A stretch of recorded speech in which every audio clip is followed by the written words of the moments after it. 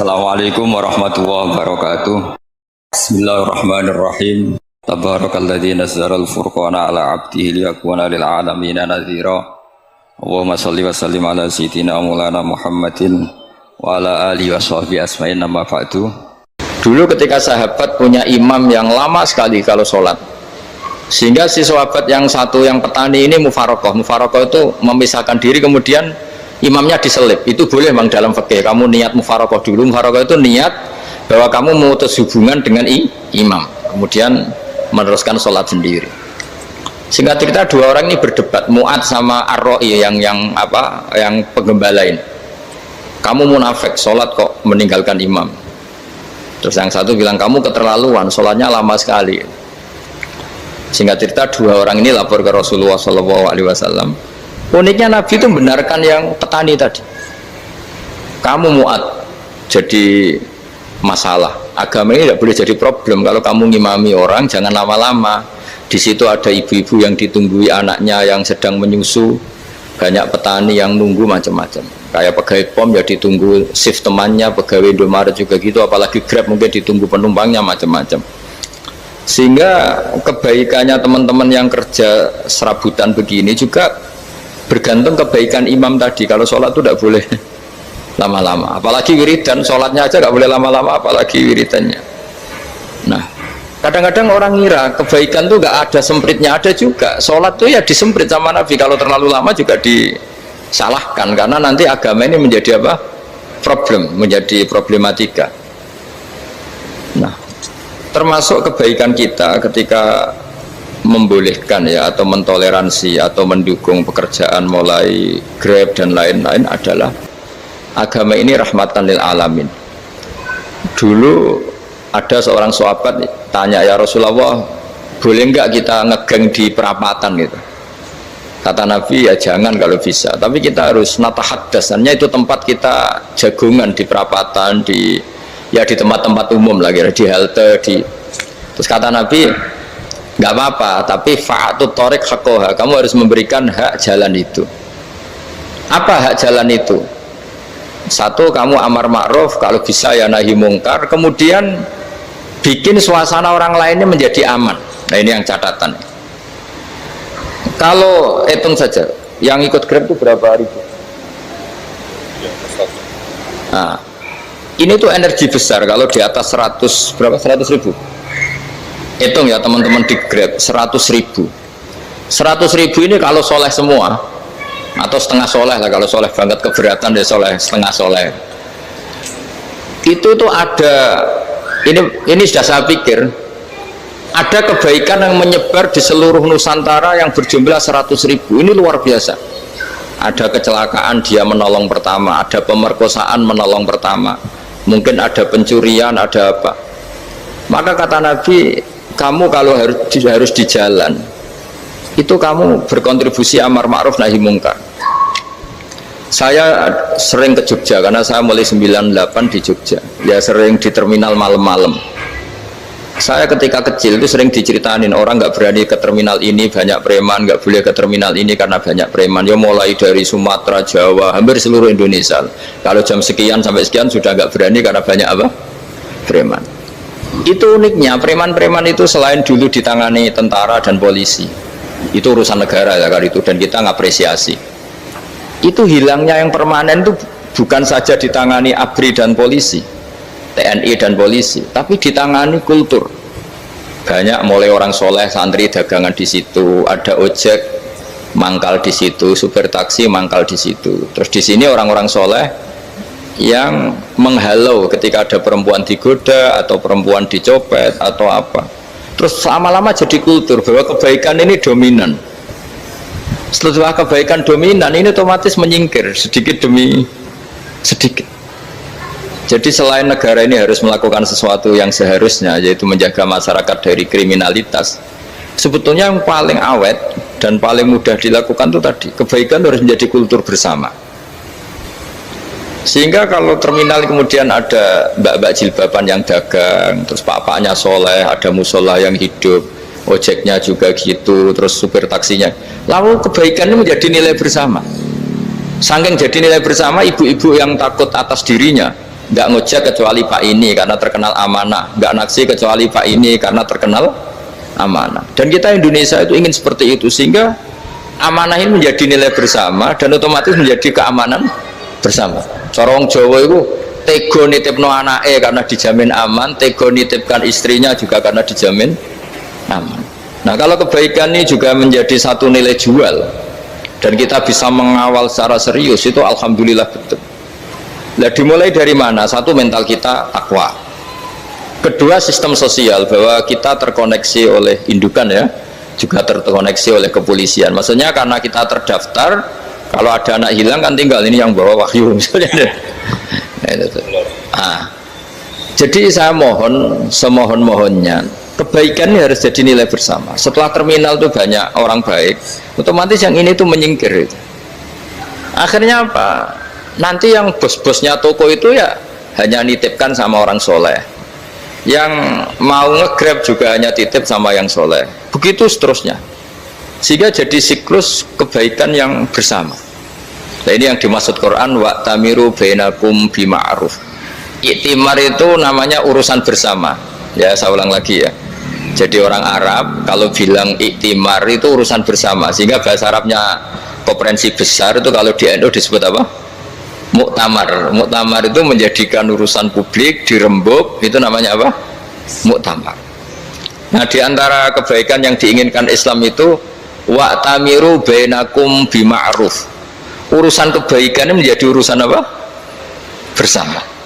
Ya, saya contoh itu kecil saja, itu mesti dikandani sama orang-orang tua, jangan di terminal ini sampai jam ini, jangan di perapatan ini ketika sudah jam begini. Tapi barokahnya orang soleh bertebaran di mana-mana itu. Yang tukang grab ya di mana-mana, yang penjaga toko ya banyak yang soleh, yang ngojek, yang macam.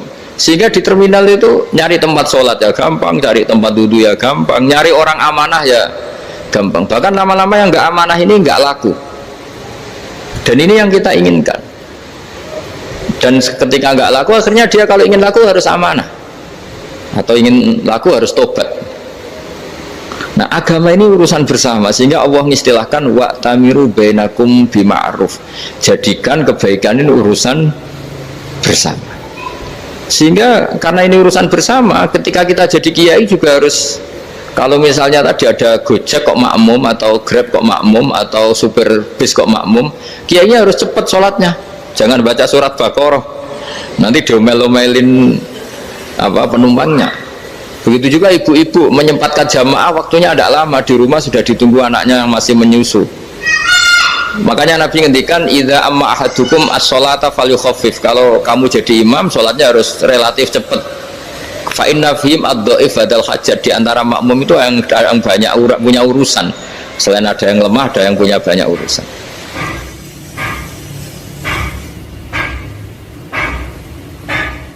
Nah, terus ketiga, masalah kekayaan hati. Kekayaan hati ini penting sekali, karena rata-rata teman di Grab itu kan miskin lah. Tapi jangan miskin sampai miskin hati itu. Bahwa kamu nyari nafkah itu sudah ibadah, berkelana di dunia Allah juga ibadah, menyaksikan macam-macamnya orang itu juga ibadah. Bahkan menambah khazanah ilmu. Di antara warisan ilmu yang kita dapatkan dari Rasulullah SAW, misalnya kamu jalan-jalan, punya kaki dua, punya tangan dua. Gara-gara jalan-jalan sering ngerti orang yang buntung. Alhamdulillah meskipun saya hanya Grab, masih punya kaki itu. Terus ketemu orang buta ya gitu. Alhamdulillah ladzi afani mimma btalaka bih. Alhamdulillah saya terselamatkan dari seperti itu. Sehingga melihat orang maksiat juga gitu. Saya meskipun gini terselamatkan dari tempat maksiat, sehingga hidup itu tidak nelongso gitu. Ada nilai lebih yang kita punyai. Jadi diantara kebaikan Islam adalah orang disuruh ingat sisi nikmat. Nah, kalau nikmat itu sudah ada semua, kata Imam Ghazali, nikmat hidup. Kata Imam Ghazali, jika nggak ada kenikmatan yang Anda punyai, kamu datang ke kuburan. Disuruh datang ke kuburan. Dan kamu bilang begini, kenikmatan kembali ke dunia adalah kenikmatan yang diinginkan mulai yang mati zaman Nabi Adam sampai kiamat. Jadi kalau Fir'aun yang pernah jadi raja, Namrud, semuanya. Bahkan orang-orang soleh sekalipun, kalau kamu tanya keinginan terbaiknya apa? Ingin kembali hidup untuk membenahi kesalahannya zaman hidup.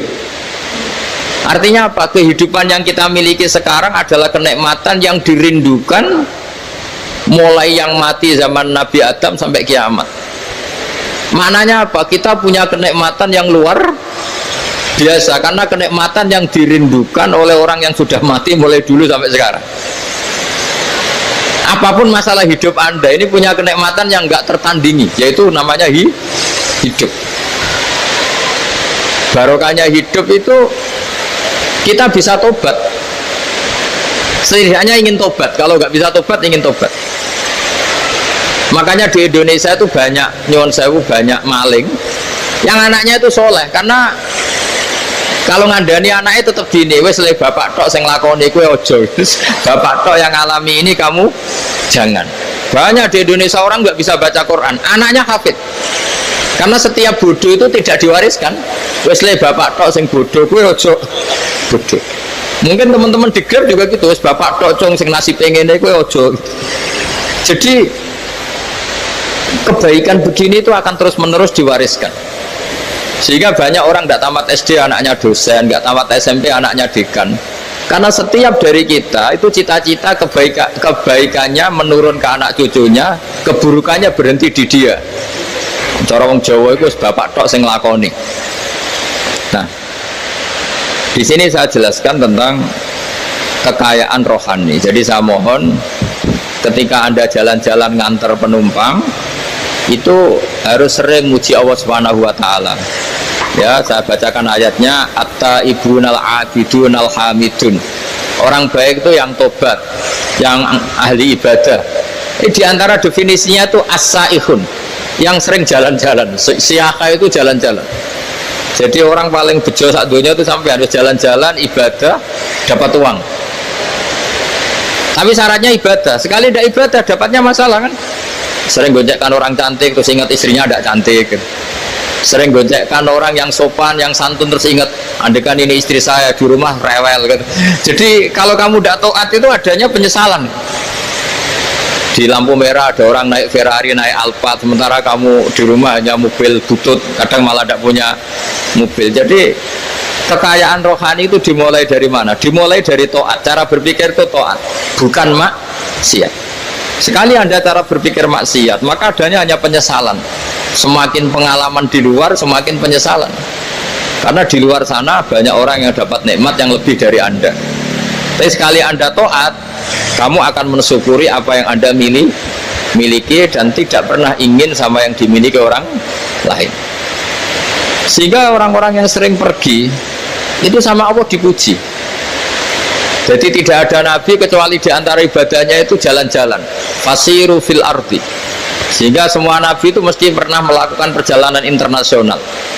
Rasulullah Muhammad SAW pernah jalan-jalan sampai ke Syam, padahal beliau orang Mekah. Nabi Ibrahim yang orang Syam pernah perjalanan sampai ke Mekah. Karena di antara kearifan itu ya dimulai dari apa? Jalan-jalan. Tadi kamu ngerti orang yang macam-macam. Makanya di antara kebaikan umatku kata Nabi itu siyahah fil ard, sering berkelana, tapi tentu untuk mengambil pelajaran. At-taibunal abidunal hamidun as-saihun. Nah, agama mensupport itu.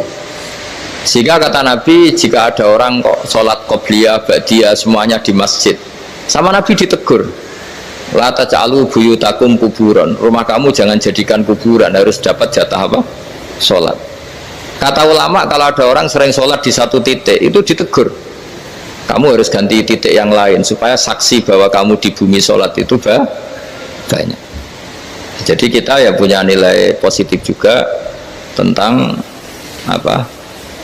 Karena kita sering siyahah, kalau bahasa Arabnya itu sering keluyuran, saksi kita kebaikan juga banyak. Tapi pesan saya paling pokok tadi ya, jadikan komunitas kebaikan itu punya nilai jual. syukur-syukur fid dunya hasanah wa fil akhirati hasanah. Ya kita bersyukurlah di Indonesia itu. Saya masih ingat kecil saya itu ya sekitar saya umur 15-14 tahun. Setiap mau pergi itu pesannya orang-orang yang sering pergi itu jangan masuk terminal jam ini di perapatan ini, karena yang namanya preman itu dulu dominan. Sekarang sampai jam 2 ada orang pakai jilbab, kadang ya orang pakai peci, yang nggak pakai peci pun ke musola sholat terus. Yes, pokoknya kebaikan itu jadi komunitas dan jadi nilai jual. Bahkan tadi misalnya ibu-ibu yang pergi malam itu kan mesti ada orang-orang yang jadi langganannya karena terkenal apa? Amanah. Yang dititipi anak juga pilih orang yang terkenal apa? Amanah. Nah, nilai amanah ini harus kita jaga terus supaya kamu ya bisa bekerja, orang lain juga nyaman karena amanah tadi, Allah juga senang karena amanah itu perintahnya Allah Subhanahu wa ta'ala. Dan Indonesia harus menuju ke sana. Pemimpin juga harus gitu. Pemimpin bawaannya amanah, bawaannya apa, yang memilih dia juga senang karena nggak malu lah. Tapi kalau kita milih ternyata kita pilih tahu-tahu ditangkap KPK kan ya malu gitu. Dulu kita kampanye mati-matian ternyata dia ditangkap KPK. Tapi kalau dia amanah kan ya senang. Sama kalau tukang Grab ketangkap satu karena penodaan atau karena pengkhianatan, yang malu juga semua karena kadang-kadang nanti digeneralisir seakan-akan semuanya seperti itu. Tapi dengan reputasi panjang nggak pernah terjadi apa-apa dalam Grab kan otomatis lainnya juga terangkat. Nah, ini yang dimaksud wa'tamiru bainakum bima'ruf. Jadikan kebaikan itu urusan bersama. Makanya andaikan negara itu sudah mengoptimalkan polisi, TNI untuk meringkus preman, oke, itu baik. Tapi ya lebih awet lagi kalau itu ditopang masyarakat, karena yang nggak amanah terkucilkan, terus akhirnya Grabnya nggak laku, akhirnya dia dipecat, akhirnya kan yang maksiat hilang, yang kriminal hilang, yang ada hanya Grab yang baik. Begitu juga di dunia apapun. Itu yang dimaksud wa'tamiru bainakum bima'ruf. Jadikan kebaikan ini urusan bersama. Nah, karena kita baik, otomatis jadi teladan yang baik bagi anak kita, istri kita, tetangga kita. Dan karena kita baik, maka terhormat. Sehingga orang melihat Grab itu simpatik, respect, karena reputasinya baik. Nah, karena orang respect tidak dicibir. Barokahnya tidak dicibir, tidak mangkel. Barokahnya tidak mangkel, tidak saling ejek, bahkan tidak saling bunuh. Coba kalau kita jelek, dicibir orang, kita dalam keadaan mabuk, tidak terkontrol, bunuh. Jadi efek dari maksiat itu begitu buruknya, sehingga penelitian itu mengatakan kebanyakan kecelakaan ya pemicu utamanya rata-rata ya nyupir dalam keadaan mabuk. Beberapa nyuwun sewu kasus-kasus kriminal rata-rata ya dipicu oleh hal-hal seperti itu. Makanya meskipun di luar saya tolong hindari narkoba, hindari hal-hal yang maksiat supaya pekerjaan Anda ini barokah.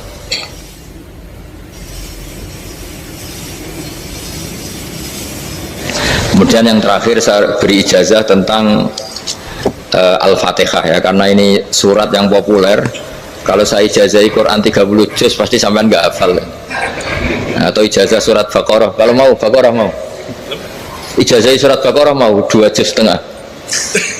Mau Mas Asep?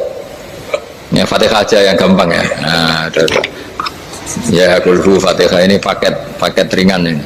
Tapi pahalanya besar. Ini beda ya, artinya selama ini mungkin Anda baca tapi monoton ya. Tapi ini saya bacakan teks aslinya tentang istilahnya itu mazaya itu kelebihannya Fatihah. Saya baca Arabnya dulu, nanti ini terakhir ya, ijazah tadi kan saran-saran umum tentang sosial ya, pokoknya jadikan kebaikan itu punya nilai sosial yang baik lah. Jadi nanti orang yang nggak amanah nggak laku ya, calon bupati, gubernur, presiden yang nggak amanah juga nggak laku. Begitu juga kiai yang tidak amanah juga nggak laku, suami yang nggak amanah juga nggak laku, istri yang nggak amanah juga. Sehingga kebaikan itu jadi nilai sosial yang dalam tanda kutip sudah keniscayaan. Yang diinginkan Allah itu seperti itu, bukan kebaikan yang dipaksakan karena kekuatan negara. Maksudnya kalau bisa kebaikan itu tidak usah dipaksakan, memang sudah satu kebutuhan. Tak cerita-cerita di negara maju itu, bahkan apapun jatuh itu nggak ada yang ngambil apa itu. Makanya gambarannya Mekah Medina kan gitu kan, barang jatuh nggak ada yang berani apa ngambil itu, saking sudah jadi sistem. Sehingga banyak negara di Eropa itu yang sampai nggak punya tentara, nggak punya polisi karena kebaikan sudah. Nah kita kan masih capek, polisinya aja capek, apalagi masyarakatnya, karena ya apa ya, kebaikan itu belum jadi nilai apa bersama. Nah kita selain ditopang negara, ada polisi, ada tentara, itu kita usahakan kebaikan itu jadi nilai apa bersama. Ya, tadi wa'tamiru bainakum bima'ruf. Dan kita punya reputasi yang bagus dalam bab ini.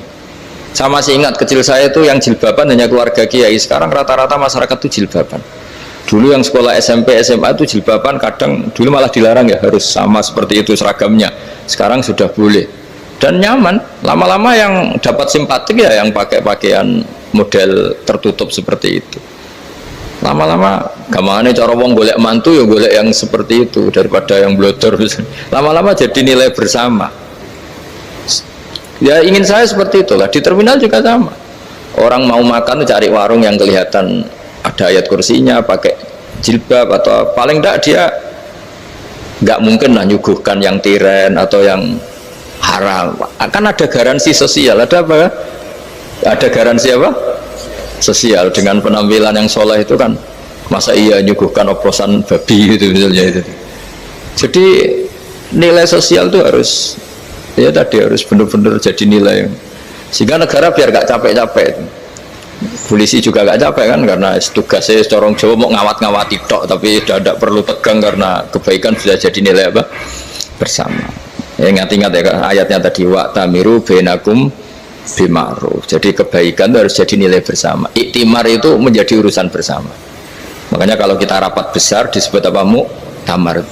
Muktamar itu urusan bersama. Ya tadi imamnya sholat juga menopang Gojek karena nggak lama-lama nopang Grab, nopang Kernet, nopang penjaga Indomaret, penjaga bensin, pom bensin. Nah dia hanya punya waktu 5 menit terus imamnya baca Baqarah kan. Iya imamnya mursyid, mungkin dia tambah lama tambah dapat aplaus dari muhibbinnya, tapi makmumnya dia tambah lama tambah dapat penghormatan dari pecintanya, tapi kitanya wah khusyuk wali kan, dia dapat status naik lah. Kita yang sudah tidak ikut jadi wali diganggu apa pekerjaannya. Kalau ada imam seperti itu sampai mufarokoh saja, niat ya Allah sampai sini saja saya makmum orang itu, silakan orang itu punya urusan sendiri dengan jenengan, ya sudah, atau salib saja apa ya, itu boleh. Kalau dalam fikih namanya apa? Mufarokoh. Mufarokoh itu niat, tapi kamu jangan langsung selonong mufarokoh, niat dulu pamit sama Allah bahwa sekarang mau mufarokoh. Ya, tapi ya jadi sholat yang aneh kan, imamnya masih rukuk, kamu terus sujud, terus apa-apa selesai ya. Mungkin dalam pandangan itu orang lain ini maksudnya makmum gimana ini kok begini. Tapi sudahlah, Allah Maha tahu. Nah, insya Allah dimaklumi. Ya saya baca tentang Fatihah ya, karena sampean pasti sering baca Fatihah. Supaya apa? Sekaligus jadi jimat lah gitu. Jadi kalau kamu sering di jalan-jalan yang mungkin sepi, atau mungkin kan tidak semua teman Grab itu nasibnya bagus yang di Semarang Jogja, mungkin yang di Kalimantan di Papua kan ada yang 10 kilo gak ketemu rumah ya kan, yang lihat di TV-TV itu kan kasihan kan, sudah 10 kilo gak ketemu rumah, penumpangnya kewekar preman tuh kan, ini makan orang enggak kan, udah kan ujiannya dua. Kalau penumpangnya cantik itu ya kecoba syahwat, kalau preman takut. Jadi orang itu selalu ujian itu. Sing sedengan itu kan jarang orang itu. Jadi kalau penumpangnya perempuan cantik ujiannya itu syahwat, kalau preman ujiannya ketakutan. Kalau orang yang lemah bawa uang ujiannya kamu ingin garong. Jadi hidup itu memang semuanya ujian. Liyabluwakum ayyukum ahsanu amala. Makanya saya sering ditanya oleh teman-teman, Gus, nah ujiannya kenal wong wedok elek piye? Sama, kenal wong ayu ujiannya syahwat, kenal wong elek ujiannya ngenyek, itu sama-sama dosa. Syahwat ya dosa, ngenyek juga dosa. Welek keriting untuk metu ya dosa, ngomong gitu. Kadang-kadang orang berpikir enak kancanan wong elek gak dosa. Kata siapa? Kancanan wong elek itu ya dosa, karena bawaannya ngenyek. Ngenyek itu menyepelekan itu. Makanya saya itu ya gak mau berteman sampean. Nanti kan bawaannya ngenyek atau seneng ya tidak tahu. Ya sudah, ada takdir saja, kalau ketemu ya tak ulang ngaji gitu. Tapi ini ngaji terakhir, setelah ini ngaji biasa aja, tidak usah resmi gini. Ngaji kok resmi aneh. Pokoknya nanti suatu saat kalau pandemi sudah berlalu saya akan ngaji Rebona, ini ngaji. Ini ngaji yang kurang bagus karena ngatur kiai kurang berkah ini. Nanti tapi ya lumayan lah masih mau ngaji. Ngaji kok tanggal ini jam ini. Sekarang suatu saat kamu tak panggil, Mas Wahyu datang ke sini jam ini, tidak mesti bisa. Mungkin pas ada acara apa, oh, maaf ke sini pas ngecek pas apa. Jadi ya sudah, tapi tak maafkan, enggak apa-apa. Takdir ya.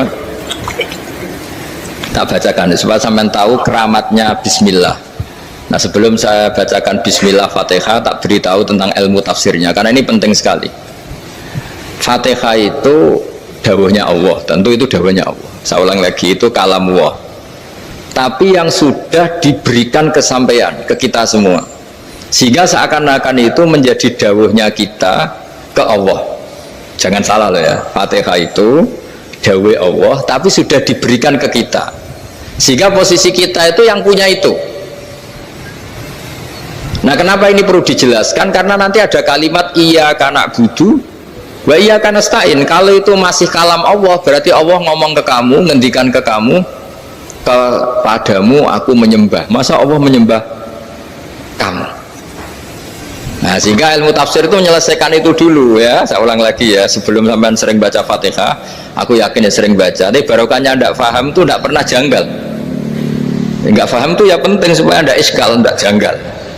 Sebetulnya di kalimat itu ada yang janggal. Kalau Fatihah itu kalimatnya Allah atau kalam Allah, bagaimana dengan kata-kata iyyaka na'budu? Masa Allah ngendikan ke kita, kepadamu kami menyembah? Masa Allah menyembah kita? Maka penyelesaiannya secara ilmu tafsir gimana? Semua ulama mengatakan, bukan satu dua, semuanya mengatakan di Fatihah itu semuanya diberi kawalan kalimat. Saya ulang lagi ya, di Fatihah itu semuanya diberi awalan kalimat qulu, katakan wahai hambaku begini ya, katakan wahai hambaku begini. Nah, begini ini pelajaran dari Allah yang sudah diberikan ke kita.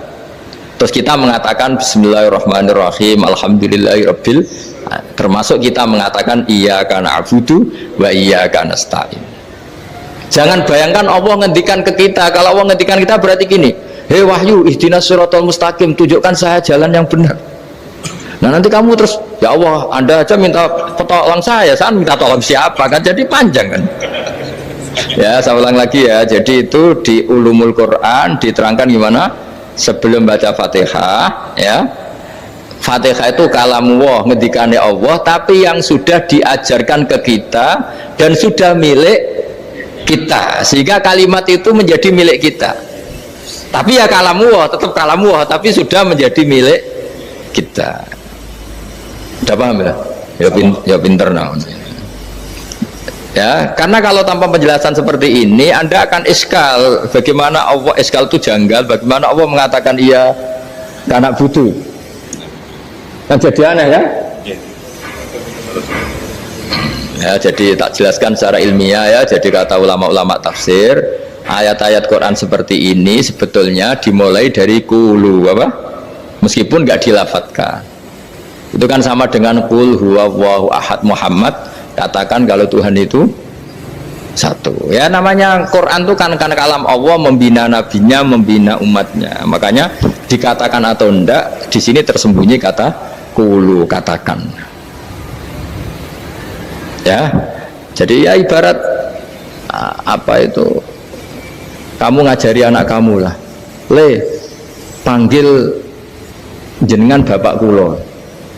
Itu maksudnya anak itu, kalimat itu kalimat kamu, tapi kamu ajarkan ke anak kamu. Terus anak kamu bilang, Pak, jenengan bapak kulo. Nah, ketika kamu mengatakan jenengan, bukan kamu mengatakan jenengan anakku, berarti anakmu itu bapakmu, kan lucu kan. Anak kamu ajari jenengan bapak kulo, kamu, engkau bapak saya. Terus anak kamu mengulang, jenengan atau kamu bapak saya. Berarti itu kalimat yang kamu ajarkan, tapi sekarang sudah milik anak kamu. Kalau itu kalimat kamu kan lucu, masa anak kamu bilang bapak. Nah, itu seperti itu. Jadi ulama memberi solusi atau jawaban iyyaka na'budu Iya, itu sebelumnya ada kata-kata kulu, katakan wahai hambaku, hubungan kamu dengan saya adalah katakan iya karena butuh wa iya karena nasta'in. Terus hubungan kamu dengan saya katakan juga dalam doamu ihdinas siratal mustaqim. Jelas ya, jadi itu kalam Allah yang sudah milik kita karena diajarkan Allah untuk kita. Dong ya?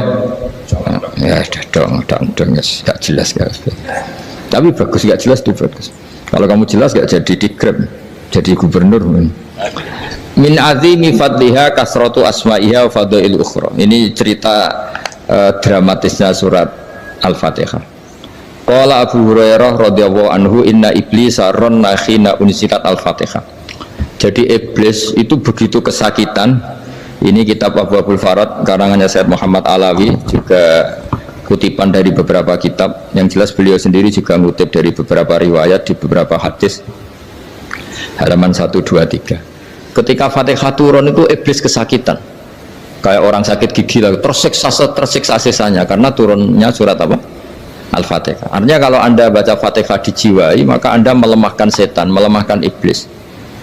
Wa qala Mujahid, khina unzilat Fatihatul kitab ronna fastama indahu asyayatin. Jadi ketika Fatihah itu turun, iblis itu terkapar lah kira-kira, sampai dijenguk banyak setan.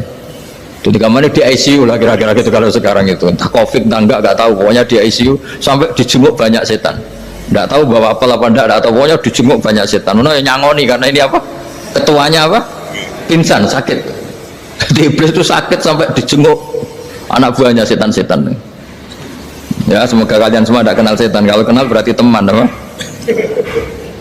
Wa qalu misla dzalik wa qala lahum laisa mimma taquluna syai'un walakin unzilat suratun laisa ajruqa ilya illa an harramallahu alaihi nar jahannam. Saya ini bukan sakit fisik kata iblis. Kamu tidak usah jenguk saya, datangkan dokter terbaik, tidak usah. Saya ini tidak sakit fisik. Saya ini sakit karena ada surat yang diturunkan, yang pahala yang melafadzkan surat itu pasti selamat dari neraka. Padahal misi terbesar saya ini supaya manusia masuk neraka. Sekarang punya tamengnya. Gue pusing kan? Ya seperti orang lah, goda sampeyan ternyata sampean setia, itu kan pusing. Nah ternyata tidak setia, itu yang akhirnya ribet kan itu. Jadi iblis itu cita-cita terbesarnya kan semua orang itu masuk neraka. Nah sekarang turun satu surat yang gara-gara surat itu siapapun yang baca dijamin selamat dari neraka. Jadi walakin unzilat suratun laisa ajru qailiha illa an harramallahu alaihi nar jahannam. Karena jadi dia shock lah, kalau orang di Jawa itu bilang shock. Aduh sial nasib saya ini umat nggak bisa saya goda lagi karena punya tamengnya tadi punya. Qad tolakaidukum wa makrukum. Rekayasa kalian sekarang itu tidak ada gunanya semua. Nah, ini alhamdulillah di Indonesia kelihatan kan banyak yang miskin, banyak yang susah. Tapi selagi mereka masih sholat, tuh keinginan mencari halal itu masih tinggi. Kayak apa kita di tengah kota, jauh dari anak istri, jauh dari tetangga. Biasanya kalau orang jauh dari anak istri, tetangga kan sakar PDW. Tapi yang soleh masih banyak, sudah jauh dari keluarga tetap lurus. Loh, kalau yang dekat lurus kan wajar, konangan wong akeh kan. Ini sudah jauh masih lurus. Nah ini nggak lepas dari barokahnya surat apa? Surat Fatihah tadi. Jadi karena ada surat yang menjamin pelafalnya atau qailiha terbebas dari api neraka. Wa qalat as-sayatinu lahu is ayyusai'in ta'muruna ya maulana. Faqala lahum idhabu wajtahidu hatta tukhfilu qulubahum hatta la yaqulu hadhihi surah. Lalu kita gimana, jari para setan begitu. Lalu kita gimana? Kata iblis, sudah bikin mereka lupa sehingga tidak baca lagi. Selagi masih baca kita pasti keok. Jadi kalau sampean sudah jarang baca Fatihah itu berarti sudah bagian dari kemenangan apa?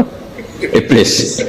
Jadi kalau sampean sudah jarang baca Fatihah itu berarti bagian dari kekalahan Anda, kemenangan iblis. Masih sering baca? Alhamdulillah. Berapa kali? Pertama kali sholat. Dan sama lagi? Ya, kalau ngajarin itu juga selain itu juga. Kok 5 kali tok itu? Berarti pas sholat fardu tok itu? Enggak 5 kali itu mendingan itu 17. Kamu itu ngitungnya jangan 5 ini. 5 waktu aja. 5 waktu itu berarti lumayan lah. Berapa? 17 ya? Iya. 17 ya? Ya 17, tapi kalau makmum tuh sering separuh kan, apalagi makmum terawih. Ya kan? Makmum terawih itu bacanya Fatihah ada yang sempurna enggak ya? Ya enggak lah. Baru alhamdulillahirabbil alamin mampu ikut ruko ini gitu. Makmum kan yang terawih teman. Kalau terawih jarang sempurna ya. Fatihahnya itu. Kan imam sudah ruko. Kamu bacanya Fatihah sampai mana tuh? Baru setengah ya. Ya paling pas terawih aja kan enggak sempurna ya. Apalagi kalau imamnya sing kilat tuh, waduh malah. Nah, ketika Fatihah itu sebegitu keramatnya, sebegitu topnya, itu setan rapat, singkat cerita itu yang tadi dipimpin oleh iblis yang sedang terkapar apa? Terus tadi obatnya nggak ada, cuma dia shock karena ada surat yang turun yang melafatkan itu pasti selamat dari apa? Neraka. Nah, ini gimana saran Anda? Terus sarannya adalah bikin orang-orang itu lupa, tidak baca Fatihah. Nah, ini rapatnya iblis. Idzabu wajtahidu hatta tufilu qulubahum hatta la yaqulu hadhihi surah. Kala yuksiru qira'ataha wa la yakunu lahum ajrun wa thawabun bal yakunu lahum adzabun wa iqabun.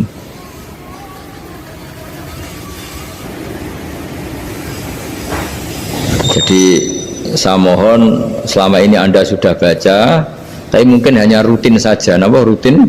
Saja barokahnya ngaji ini kamu punya kekuatan atau punya semangat membaca karena ini surat yang luar biasa. Ibarat gini, kalau sampean tanya, saya juga sering mikir, masa Gus hanya surat kok punya kekuatan seperti itu? Di dunia ini kata Allah, mulai Nabi Adam sampai kiamat, nggak ada yang bisa menandingi kekuatan kalimah. Kalimah itu kata-kata, nggak ada yang bisa menandingi kata-kata. Misalnya Anda nge-grab berangkat,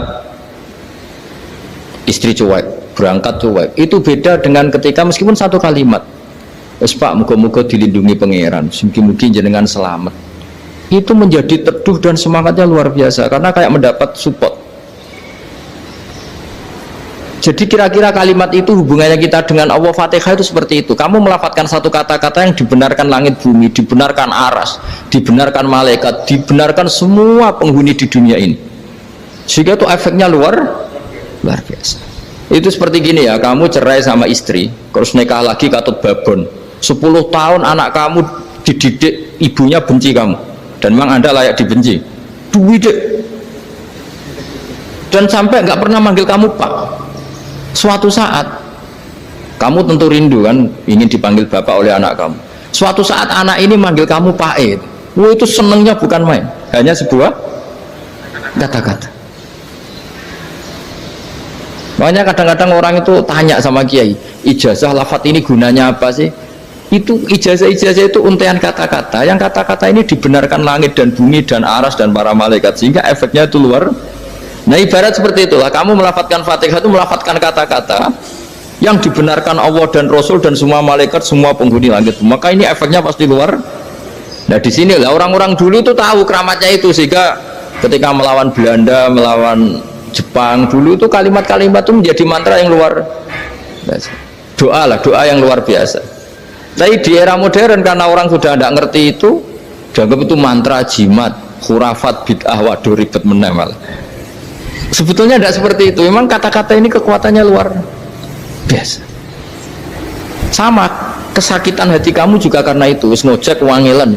Lha Pak dibujuk kok kowe gagahe tok kere. Wah, iku seling terus mesti. Padahal kalimat itu kan tidak melukai secara fisik, tapi apa kerjanya sesuk sarasa-rasa. Karena terus dengan pengadilan seperti itu kan, ngapain kerja demi perempuan yang seperti ini? Lagi-lagi kata-kata ini luar. Nah, bayangkan kalau kata-kata itu adalah kalimat yang diajarkan Allah lewat Rasulnya, lewat malaikat Jibril. Kayak apa kekuatannya itu? Nah, kira-kira Fatihah itu gitu. Kalimat yang baik, kalimatan thayyibah diajarkan oleh Allah dan Rasul, kayak apa kira-kira kekuatannya? Pasti luar biasa. Wong support yang dikatakan istri kita, anak kita aja luar biasa, apalagi ini support yang diajarkan Allah dan Rasul. Ya, makanya saya mohon kalau baca Fatihah, baca kalimat-kalimat thayyibah ketika sholat itu dijiwai Ya, misalnya Rabbana lakal hamdu mil'us samawati wa mil'ul ardi wa mil'u ma syi'ta min syai'im. Engkau zat yang layak dipuji, dan pujian ini memenuhi langit dan bumi.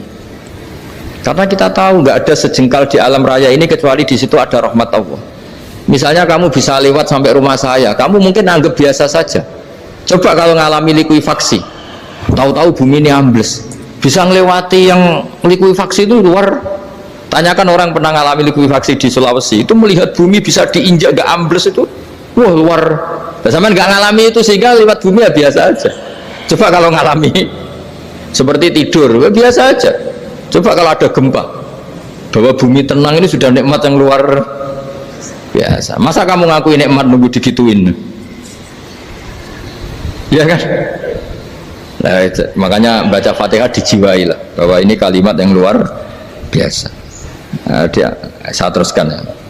Warwa Muslimun fi sahihihi an Ibnu Abbas radhiyallahu anhuma annahu qala bainama Jibril alaihi salam qaidun dan Nabi itsami anaqidan min fawqih farafa'a ra'sahu faqala hadza babun minas sama futihal yawma lam yuftah qaddu ilal yawm fanazala minhu malakun faqala hadza malakun nazala ilal ardi wa lam yanzil qaddu ilal yawma fasallim waqal absyir binuraini qad uti tahuma lam yu'tahuma nabiyyun qablak fatihatul kitab wa khawatimu suratil baqarah.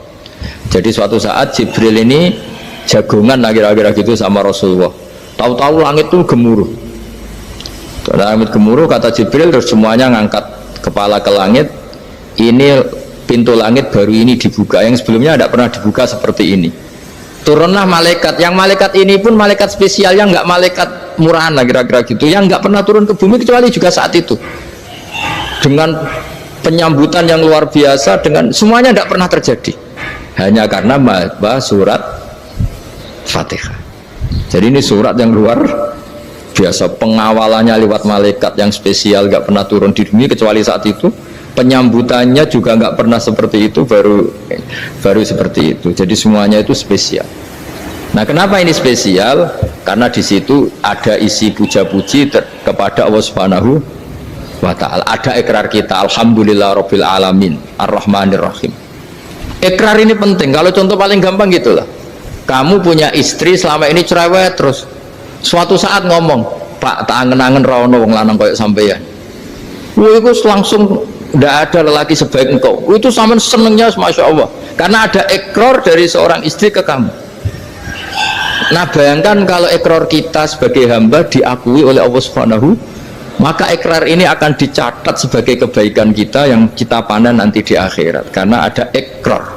Kita ikrar bahwa alhamdulillah rabbil alamin, kita ikrar ar-rahmanir rahim, kita ikrar maliki yaumiddin, kita ikrar iyyaka na'budu wa iyyaka nasta'in. Sampean misalnya jadi orang Indonesia, ketemu orang Indonesia yang makmur di Jerman, terus lupa Indonesia. Kamu orang Indonesia? Enggak, saya ada orang Indonesia. Mangkel gak kira-kira? Mangkel. Karena salah ikrar kan gitu. Ya, jadi saya mohon jangan anggap kalimat itu hal yang biasa, tapi luar biasa. Nggih, ngoten mawon. Assalamualaikum warahmatullahi wabarakatuh.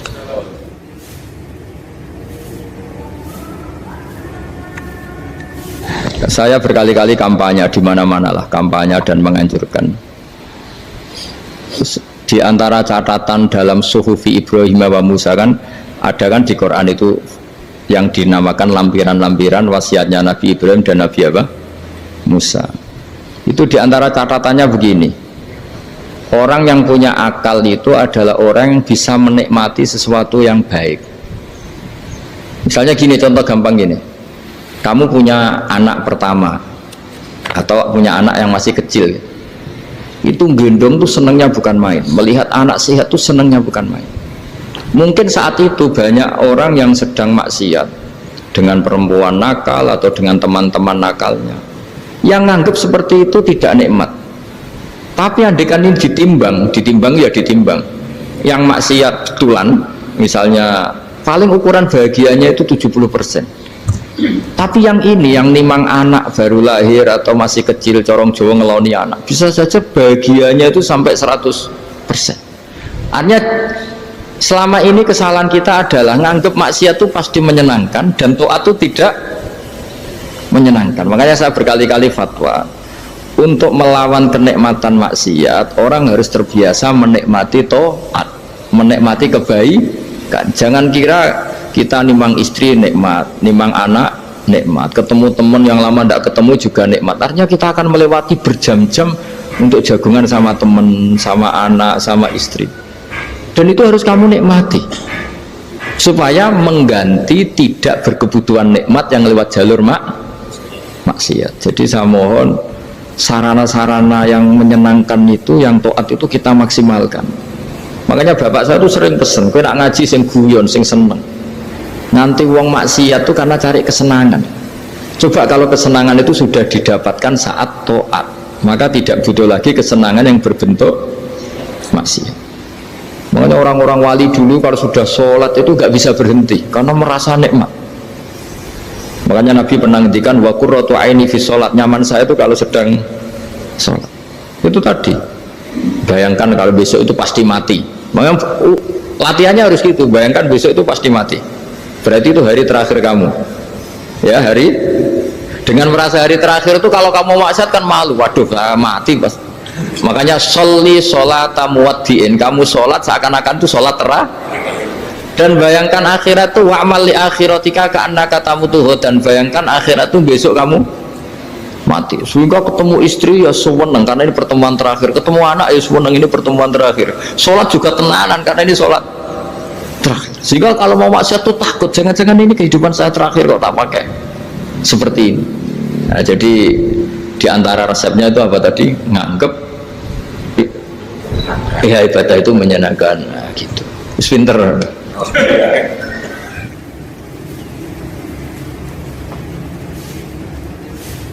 Oke, satu pertanyaan lagi, Gus. Ini ada pertanyaan dari teman-teman mitra driver Grab. Saat mengantarkan barang, tiba-tiba azan waktu sholat, ya, Gus. Lalu kita sebagai driver harus sholat dulu atau menyelesaikan orderan dulu, karena itu juga amanah kan orderannya itu. Mungkin nganter barang atau mungkin nganterin penumpang. Mengingat barang tersebut sudah ditunggu pemiliknya dan penumpang tersebut juga sudah ada janji yang lain, pokoknya gitu. Nyuwun pencerahannya, Gus, gitu. Begini ya, ini kan fikih sosial ya. Saya jawab, ini memang harus pakai fikih, nggak pakai rasa. Saya ulang lagi, pakai fikih, nggak pakai rasa. Waktu sholat itu kan banyak ya, diantaranya maghrib dan isya, duhur dan asar, terus subuh sendiri. Ya, ben sampean belajar fikih, orang belajar tasawuf ya. Nah, kalau subuh itu tidak ada toleransinya kalau waktunya sudah tinggal 10 menit karena tidak ada jamak. Ya, tidak ada apa? Jamak. Sehingga misalnya kalau kamu ngojek waktu tinggal 10 menit ya harus sholat. Tapi kalau sekedar dengar azan ya, ini penanyanya kayaknya itu teman kamu, jadi fikihnya kayak kamu, nggak jelas. Azan itu kan bukan akhir waktu sholat. Azan itu bukan akhir waktu sholat, tapi awal sholat. Itu udah harus supir Grab, udah harus supir Gojek. Meskipun kamu makan ada azan ya teruskan saja, kan udah akhir waktu sholat. Anda menerima tamu, gendong anak, atau sedang nyupir, atau sedang bercengkrama sama teman. Kalau ada azan ya nggak apa-apa, misalnya diteruskan. Kan bukan akhir waktu sholat. Yang benar-benar ditinggalkan itu kalau waktu sholat misalnya tinggal 7 menit atau tinggal 8 menit, waktu yang mau tidak mau kamu harus tasarrufkan, kamu peruntukkan injury time ya, nah, injury time ya, gitu aja kok gak tahu ya. Nah, lalu misalnya kalau pertanyaan tadi mestinya kelasnya itu kelas afdoliyah, utamanya gimana? Kalau wajibnya belum ada karena kan waktunya masih panjang. Jadi pertanyaannya bukan wajibnya tapi sebaiknya, karena ini semuanya belum mendesak kan. Andai kan kamu teruskan nganter barang kan tidak ada jaminan waktunya habis. Padahal kalau kamu memaksa sholat, mungkin citra kamu sebagai supir Grab tidak baik karena dianggap mengabaikan konsumen. Nah, terus kedua menyangkut jarak. Oke, seperti itu. Nah, sekarang kalau pertanyaannya dibalik, makanya yang dibalik ini agak ribet. Waktu sholat tinggal 8 menit. Ada konsumen yang minta diantarkan saat itu dan acaranya ke mall happy-happy, maka fatwa kita sebagai ahli fikih ya tantang saja, saya mau sholat dulu, kalau nggak sabar ya silakan cari yang lain. Kalau acaranya ke mall. Tapi kalau acaranya kelahiran atau transfusi darah atau mau nganterin darah ke pasien yang sudah koma, maka kita langsung, karena ibadah sosial itu didahulukan mengalahkan ibadah yang haknya Allah, karena Allah itu zat yang tidak butuh ibadah kalian. Tapi kalau pasien ini kalau nggak nang kesampaian darahnya mati misalnya, jadi kamarnya Allah lebih apian lah gitu. Makanya masyhur kalau dalam fikih hak Allah sama hak Adam ini dimenangkan hak Adami, tapi bukan karena Allah kita kalahkan. Allah tidak butuh itu semua gitu. Jadi dikalahkan tapi bukan karena kalah, justru karena tidak butuh. Ya ibarat gini lah, Allah itu saking baiknya Allah kan pasti di atas orang tua kita, itu pasti ulang lagi, baiknya Allah pasti di atas orang tua kita saja baik, apalagi Allah. Misalnya orang tua kamu butuh uang 5.000, adik kamu butuh uang 5.000, adik kamu yang kecil atau ya, kira-kira orang tua kamu tuh nyuruh dikasihkan beliau apa adik kamu, kira-kira saja ke adik kamu. Nah Allah itu saking baiknya, hal yang terkait Allah, misalnya tadi sholat tepat waktu sama ibadah sosial, itu disuruh ibadah sosial. Karena ini kalau nggak kesampaian transfusi darahnya atau apalah, atau kamu dokter yang harus mengurus operasi, waktunya tinggal 5 menit, kamu harus ngoperasi pasien dulu, karena Allah bisa menerima sholat kamu. Nah tak terangkan lagi, ini fikih terus. Lalu sholat yang apa? Kalau sholat itu antara maghrib dan isya, dan nanti yang terlambat itu maghrib, kita ngikuti ulama yang mengatakan jika ada darurat maka maghrib dan isya boleh dijamak meskipun tidak atas nama pergi. Kan jarak kamu kan tidak jarak masafatu qasrin. Artinya apa? Misalnya saya dokter harus operasi, waktu saya tinggal 8 menit mau maghrib, ternyata harus ada operasi. Kalau saya nggak nangani mati, saya harus operasi. Dan nanti waktu saya maghrib habis itu tidak harus dikatakan qadha atau yang mengeluarkan maghrib dari waktunya. Bisa saja menurut ulama dianggap boleh dijamak takhir dengan isya, karena kondisinya masih waktu jam'in. Begitu juga duhur dengan asar. Tapi kalau waktunya itu asar, tinggal 8 menit, kemudian harus ada operasi, ya kita operasi. Waktu asar kita mundur sampai maghrib, namanya qadha yang dimaafkan Allah. Ya namanya tetap qadha karena asar nggak bisa dijamak dengan maghrib. Jadi ini fikih ya. Jadi jawabnya harus jelimet. Jadi saya ulang lagi ya. Tadi kan pertanyaannya dengar adzan. Kalau adzan kan waktunya masih panjang. Apalagi misalnya maghrib kan waktunya kan taruh saja ada waktu seperempat jam. Ternyata andaikan kamu antar hanya butuh waktu 7 menit, kan nggak ngefek sama sama saya nyanda. Nah, nyanda gitu.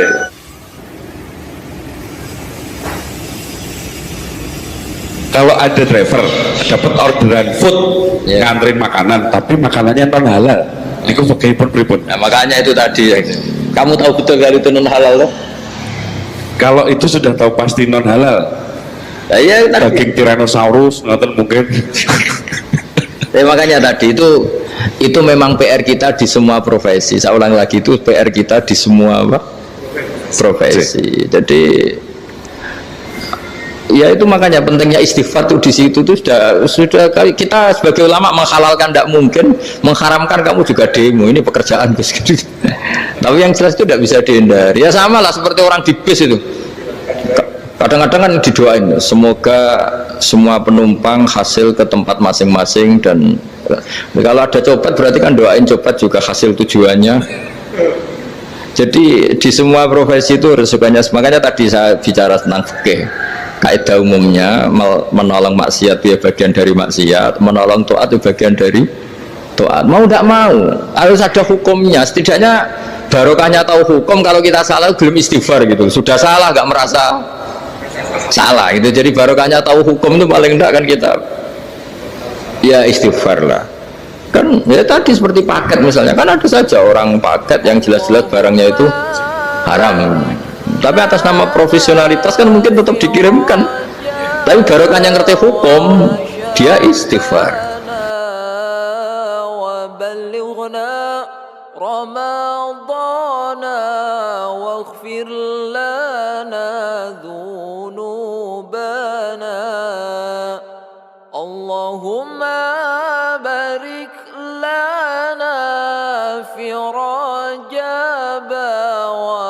شعبان وبلغنا رمضان واغفر لنا ذنوبنا وبلغنا رمضان وحاصل مقاصدنا.